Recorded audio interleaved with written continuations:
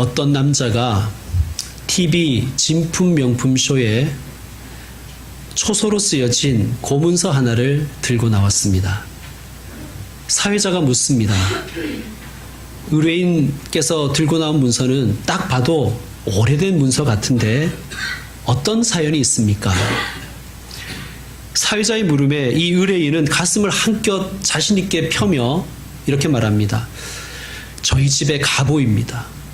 조상 대대로 이어내려온 귀한 문서입니다.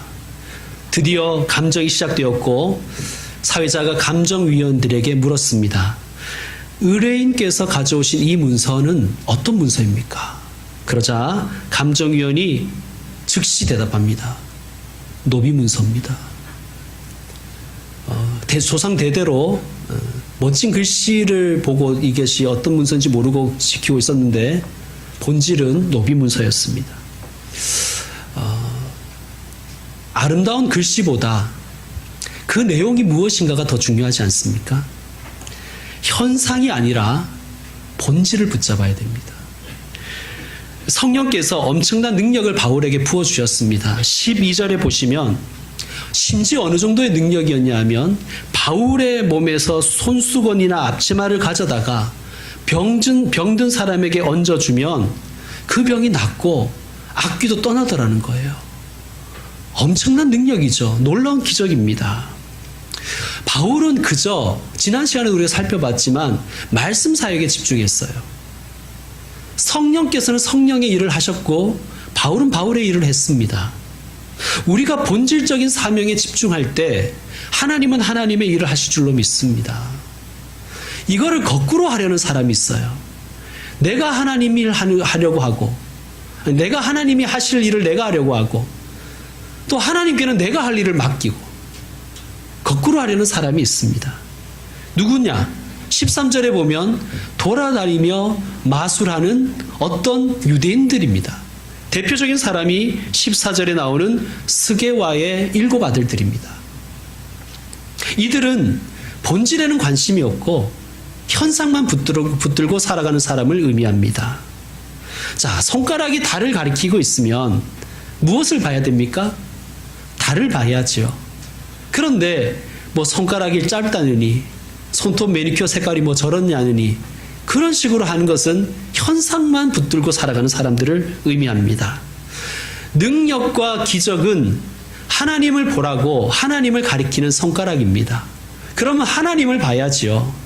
그런데 그런 기적만 바라봅니다. 현상만 붙드는 사람이죠. 껍데기만 붙들고 살아가는 사람들을 의미합니다. 따라쟁이들입니다. 자, 이 따라쟁이들이 따라합니다. 뭐라 그럽니까? 시험 삼아. 시험 삼아. 악귀 들린 자들에게 주 예수의 이름을 불러 말하되. 이들에게는 본질이 없어요. 여러분, 본질이라는 것은 예수님과 바른 관계 속에 있는 것이 본질입니다. 예수님과 바른 관계라는 것이 조금 어렵게 들리는 사람은 이렇게 생각하시면 좋습니다. 예수님과 친한 것. 자, 이들은 예수님을 믿고 영접해서 예수님과 친함이 전혀 없습니다. 예수님과 친해질 마음도 없어요. 그런데 예수님의 이름이 가지는 능력은 탐이 나는 거예요.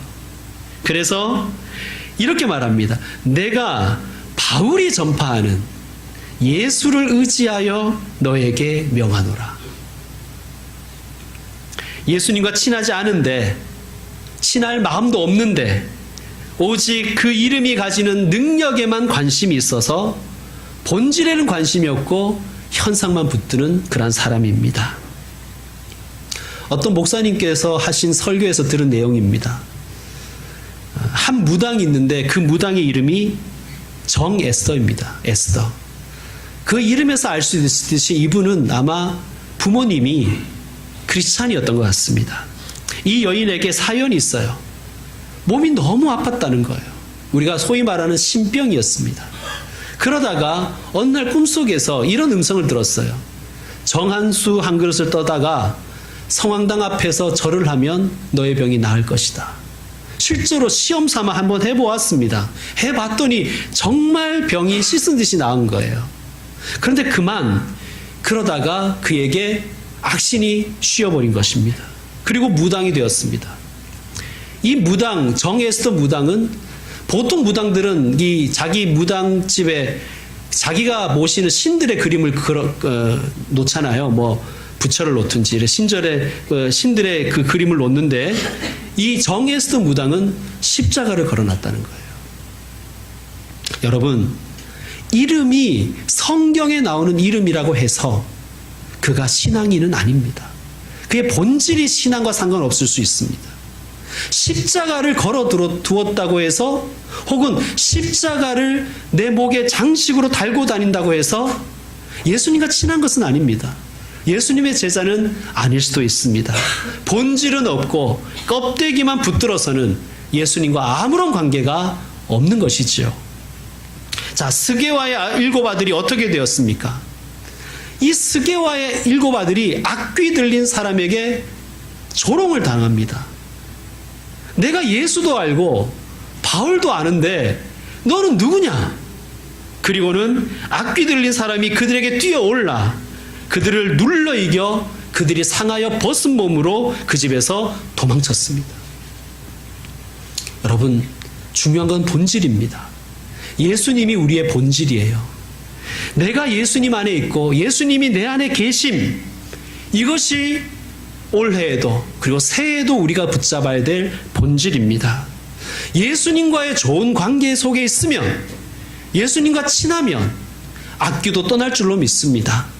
병마도 떠날 줄로 믿습니다. 마귀를 물리칠 수 있습니다. 그러나 본질이신 예수님에게는 아무 관심이 없고 예수님과 친해질 마음도 없고 그저 예수가 가진 힘만 이용하려고 하면 우리도 어쩌면 스게와의 일곱 아들처럼 부끄러운 꼴을 당할 수도 있을 것입니다. 사람들 앞에서 부끄러운 꼴을 당하는 것도 슬픈 일이지만 우리는 궁극적으로 하나님 앞에서 부끄러움을 당할 수도 있습니다. 그러므로 두렵고 떨리는 마음으로 새해에 더욱더 본질을 붙잡고 살아가는 저와 여러분 되셨으면 좋겠습니다. 예수님 믿지 않는 사람들 중에는 사주 보러 다니는 사람이 많죠. 특히 이렇게 연말에, 연초에 사주 보는 사람들이 꽤 있습니다. 사주라는 것은 4개의 기둥이라는 뜻이지요. 사람이 태어난 연, 월, 일시, 이 4개의 기둥이 인간의 운명을 떠받친다는 그러한 사상입니다. 팔자라는 건 뭐냐? 팔자는 보통 우리가 그 올해를 무술년이라고 내년은 기해년이죠. 그 해를, 자기가 태어난 해를 60가자 중에서 2자로 표현합니다. 근데 우리는 잘 모르고 있지만 월일시도 60가자로 표현할 수 있어요. 그래서 연월일시 이 사주에 각 2자씩 8자 해서 사주팔자입니다. 이 사주팔자가 인생을 결정한다는 것이죠. 그런데 우리가 조금만 상식적으로 생각해 보시면 이것이 얼마나 허황한 말인지를 우리가 알 수 있습니다. 여러분, 요새는 의술이 발달해서 한 병원에서 한날 한시에 수십 명의 아이들이 제왕절개로 태어날 수 있지 않습니까? 그러면 그 모든 아이들이 똑같은 운명 속에서 살아갈 것이다. 우리가 그렇게 생각할 수가 있겠습니까? 말도 되지 않는 것이죠. 교회 다니는 사람들 중에서도 사주를 보는 사람들이 있다 그래요. 재미로. 여러분, 재미라는 이름을 붙이지만 그것은 우리가 본질이 아니라 재미라는 현상을 따라가는 사람이라는 것을 여실히 보여주는 것입니다. 정에스더 같은 사람이고 스게와의 일곱 아들 같은 사람입니다. 교회 다니는 신앙의 현상은 있지만 예수님이 내 안에, 내가 예수님의 안 사는 본질은 없는 사람들입니다. 하나님이 정말 세상을 창조하신 분임을 믿는다면, 하나님이 나를 만드셨고 나의 구원자이시고 나의 아버지이심을 믿는다면 사주팔자를 재미로 본다고 하진 않을 것입니다. 여러분, 재미라도 사주, 오늘의 운세 이런 거 보지 마십시오. 우리는 재미라는 현상에 빠져서 이것이 사탄의 올무나 덫이 될 수도 있다는 것을 망각할 때가 많습니다. 차라리 말씀을 한 권이라도 더 읽으십시오. 한 절이라도 차라리 말씀을 읽으십시오. 자, 현상에 붙들린 사람도 있었지만 오늘 본문에는 우상 숭배하는 사람들도 있었죠. 그런데 우상 숭배하는 사람들은 탐욕에 붙들린 사람들입니다. 탐욕을 붙들고 살아가는 사람들입니다. 23절 이하에 보면 에베소시에서 큰 소동이 일어났습니다. 소요가 일어났어요. 이 주동자는 데메드리오라는 사람입니다. 이 사람은 아데미 신상을 만들어 파는 사람이에요. 그의 밑에는 많은 직공들이 있었습니다. 그러니까 사장이고 종업원들이 있었다는 거예요. 자, 이 시위의 명분이 뭐였어요? 이 소요의 명분이 뭐였습니까? 우리가 아데미 여신을 위하여 일어나자, 이것이 명분이었어요. 그런데 이 명분은 말 그대로 명분일 뿐입니다. 이들은 이렇게 주장합니다. 바울이라는 사람이 손으로 만든 것은 신이 아니라고 말했다. 우리 에베소시의 수호신이 아데미인데 우리 아데미 신을 모욕했다. 사람의 손으로 만든 건 신이 아니라고 했기 때문이다. 사실은 아데미를 위하는 척했지만 그들이 이렇게 분노하고 이렇게 소요 사태를 일으킨 근본적인 이유는 탐욕 때문입니다. 즉 장사가 잘 안 될까 봐 그랬던 거예요. 아데미 씨는 그저 명분일 뿐입니다. 이들은 그저 탐욕에 붙들리고 탐욕을 붙들고 살아간 사람이에요. 그래서 성경은 탐심은 우상 숭배니라라고 말씀하십니다. 우상 숭배하는 것의 본질은 탐욕이라는 거예요. 여러분, 종교가 변질되면 인간의 탐욕을 채우는 도구가 되고 맙니다. 그러므로 우리는 언제나 말씀 가운데서 바른 신앙을 갖추기 위해서 우리는 정진해야 돼요. 하나님을 자기의 욕망을 이루는 도구로 여기는 사람들이 많습니다. 겉으로는 하나님을 섬기는 척하지만 실제로는 하나님과 신도들을 이용해서 자신의 배를 채우려는 그러한 종교 장사꾼들이 많습니다. 대부분 그 중에 이단과 사이비도 있습니다. 이단과 사이비 교주들은 사람들의 신앙심을 이용해서 자기들의 탐욕을 채우죠. 어떤 교주는 성령수를 팝니다. 그러니까 자기 기도원에 있는 우물에다가 자기가 안수하면 이게 성령수가 된다는 거예요. 한 병에 한 3만 원. 봉이 긴 선달보다 더한 사람이죠. 어떤 사이비 교주는 성령 파스도 팔더라고요. 밀가루 반죽을 네모나게 해서 거기에다가 축사를 하면 이게 성령 파스가 된다는 거예요. 어디든지 붙이면 암도 낫고 관절도 낫고 근육통도 낫고 신경통도 낫고 만병통치 파스가 된다는 것입니다. 왜 이런 사람들의 이러한 장사에 왜 속아 나갈까요, 사람들이? 역시 거기에 속는 사람들 역시 탐욕을 붙들고 있기 때문입니다. 여러분, 돈에 눈이 멀어서 탐욕에 붙들리고 탐욕을 붙들고 사는 사람들이 우리 주변에도 있습니다. 두 종류의 사람을 살펴봤죠. 본질이 아닌 현상을 붙들고 살아가는 사람들. 여러 가지 명분을 갖다 붙이지만 사실은 자신의 탐욕에 붙들려 살아가는 사람들. 자, 현상을 붙들고 살아가던 사람들이 어떻게 되었습니까? 17절에서 19절을 보면 그들이, 자, 우리 17절에서 19절 같이 한번 읽겠습니다. 시작. 에베소에 사는 유대인과 헬라인들이 다 이를 알고 두려워하며 주 예수의 이름을 높이고 믿은 사람들이 많이 와서 자복하여 행한 일을 알리며 또 마술을 행하던 많은 사람이 그 책을 모아가지고 와서 모든 사람 앞에서 불사르니 그 책값을 계산한 즉 은 5만이나 되더라. 아멘. 자, 현상만 쫓아가던 사람들이, 현상만 붙들고 살던 사람들이 본질을 만나자, 본질 되신 예수님을 만나자 자신들이 그동안 붙잡았던 것들이 다 허무맹랑한 껍데기임을 알게 되었습니다. 대표적인 것이 마술책이었죠. 그래서 이 마술책으로 돈벌이에 먹고 살던 사람들이 이 마술책을 중고책으로 팔아먹은 게 아니라 그 책을 다 가지고 와서 태워버렸다는 거예요. 그 값을 계산하니까 얼마 정도 된다고요? 은 5만. 현재 시가로 계산하면 50억이라는 거죠. 본질을 만난 사람들, 본질을 깨달은 사람들의 특징입니다. 여러분, 우리에게는 눈에 보이는 세계가 있고 눈에 보이지 않는 세계가 있음을 우리는 믿습니다. 인간에는 육신만 있는 것이 아니라 보이지 않는 영혼도 있음을 우리는 믿습니다. 또한 이 세상은 거시 세계가 있지만 눈에 보이지 않는 미시 세계도 있음을 우리는 과학적으로 알고 있지 않습니까? 자, 눈에 보이는 것이 다인 것처럼 현상만 보고 현상만 붙들고 살아가는 사람들은 하나님 보시기에나 사람들이 보기에나 참으로 어리석은 사람입니다. 여러분, 그동안 우리가 혹시 허무맹랑한 것, 껍데기를 붙잡고 있었다면 성령의 불로 다 태워버리시기 바랍니다. 혹시나 눈에 보이는 것만 쫓고 눈에 보이는 것만 붙들고 사는 사람이 있으면 예수 그리스도를 다시 만나시길 바랍니다.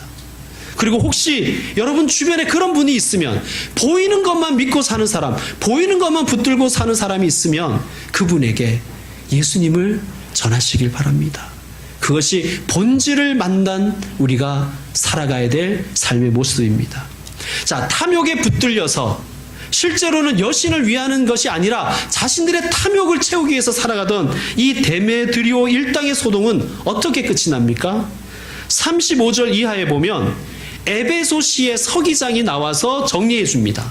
서기장은 시장이라고 여러분 보셔도 좋습니다.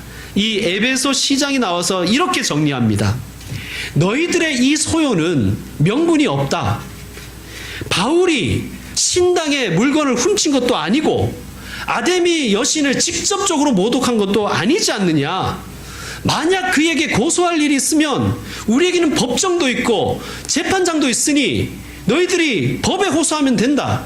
만일 법으로 해결할 일이 아니라면 정식으로 민회에서 처리하면 되는 것이다. 그러므로 너희들의 이 소동은 아무런 명분이 없다. 그리고 이러한 소요는 자칫하면 로마 정부로부터 우리가 의심을 받을 수도 있다. 로마 정부의 반기를 드는 소요죄로 몰릴 수도 있으니 이제 즉시 해산하도록 하라. 여러분, 하나님은 믿는 자도 쓰시지만요, 안 믿는 자도 쓰십니다. 자, 우리는 이 사건을 단순히 그냥 데메드리오와 그 일당들이 벌인 해프닝 정도로 여길 수가 있겠지만 하나님의 사울인 바울은 이 사건을 믿음으로 해석합니다. 하나님의 비전 가운데 해석합니다. 자, 21절 한번 보시죠. 자, 이 일이 있은 후에 여러분, 사도행전이든 성경에 있는 사건들을 너무 연대기적으로만 보려고 할 필요는 없습니다. 볼 필요는 없습니다. 제가 보기에 이 사건은 바울이 에베소에서 사역하던 그 시기 가운데 이루어진 일들로 보입니다. 자, 이 일이 있은 후에 바울이 마게도냐와 아가야를 거쳐 예루살렘에 가기로 작정하여 이르되 내가 거기 갔다가 후에 목표는 뭐라는 거예요? 그의 비전이 뭐예요? 로마도 보아야 하리라. 로마. 바울에게는 비전이 있었는데 바울의 비전은 로마에서 복음 전하는 거예요. 로마에서. 여러분, 현상만 붙들고 살아가는 사람이 있고요, 탐욕에 붙들린 탐욕의 사람이 있지만 바울처럼 하나님의 비전에 붙들린, 하나님의 비전을 붙들고 살아가는 비전의 사람도 있습니다.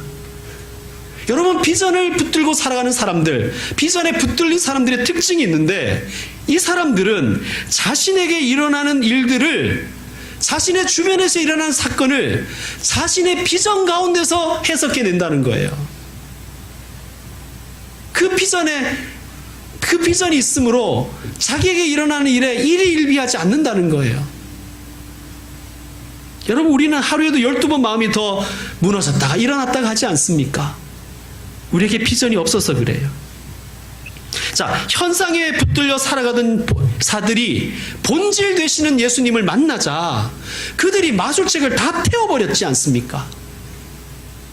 탐욕에 붙들려 살아가는 사람들이 어떻게 이 소동이 마무리되는지를 바울이 보았습니다. 그리고 바울은 그 전에 우리가 살펴봤지만 고린도에 있을 때 갈리오라는 총독의 판결을 그가 보았습니다. 바울은 이 모든 사건을 하나님이 자기에게 주신 로마라는 비전 가운데 해석해내는 거예요. 그리고 뭐라 그럽니까? 로마도 보아야 하리라. 내가 로마에 가야 되겠다. 여러분, 바울도 현상에 얽매여 살아가던 때가 있었습니다. 그런데 그가 이렇게 말하잖아요. 내게 유익했던 것들을 내가 다 분토처럼 버렸다. 다 태워버렸다는 거예요. 바울도 하나님을 위한답시고 살았지만 자신이 붙잡아서 율법 붙잡고 살았던 적이 있었지 않습니까? 그랬던 바울이 이제는 예수님을 만나서 다메섹 도상에서 부활하신 예수님을 만난 후에 예수님 붙잡고 사는 거예요. 그리고 예수님의 비전을 붙잡고 살게 된 거예요. 여러분, 우리가 내 욕심으로 꾸는 꿈은 야망이라고 하지만 예수님과의 친함 속에서 하나님 주시는 꿈을 꾸는 것을 비전이라고 하는 것입니다. 이 바울이 이제 하나님의 비전의 사람이 되었어요. 그래서 자기에게 일어나는 모든 사건을 다 이 비전으로 해석해내는 거예요. 로마도 보아야 하리라. 하나님이 지금 로마를 보고 계시구나. 내가 로마에 가서 하나님의 비전을 이루어 드려야 되겠다. 하나님의 활이 로마의 심장을 겨누고 있구나. 내가 하나님의 화살이 되어 드려야 되겠다. 내가 로마로 가겠다. 사랑하는 성도 여러분, 올 한 해 어떻게 사셨습니까?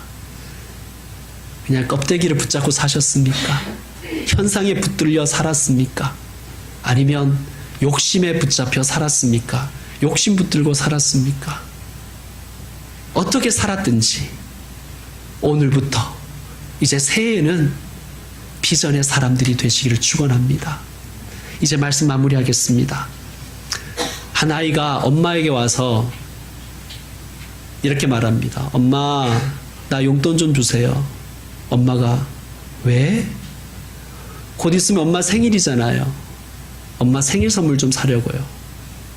너무 마음이 기특한 거예요. 너무 기뻐서 용돈을 줬어요. 근데 이 아이가 사온 엄마 선물이라고 사온 것은 자기가 좋아하는 장난감이었습니다. 엄마가 물었어요. 얘야, 이거는 네가 좋아하는 거잖아. 이 아이가 말합니다. 내가 좋아하는 것 엄마도 좋아할 줄 알았어. 여러분, 미숙한 사람은 내가 좋아하면 엄마도 좋아한다고 생각합니다.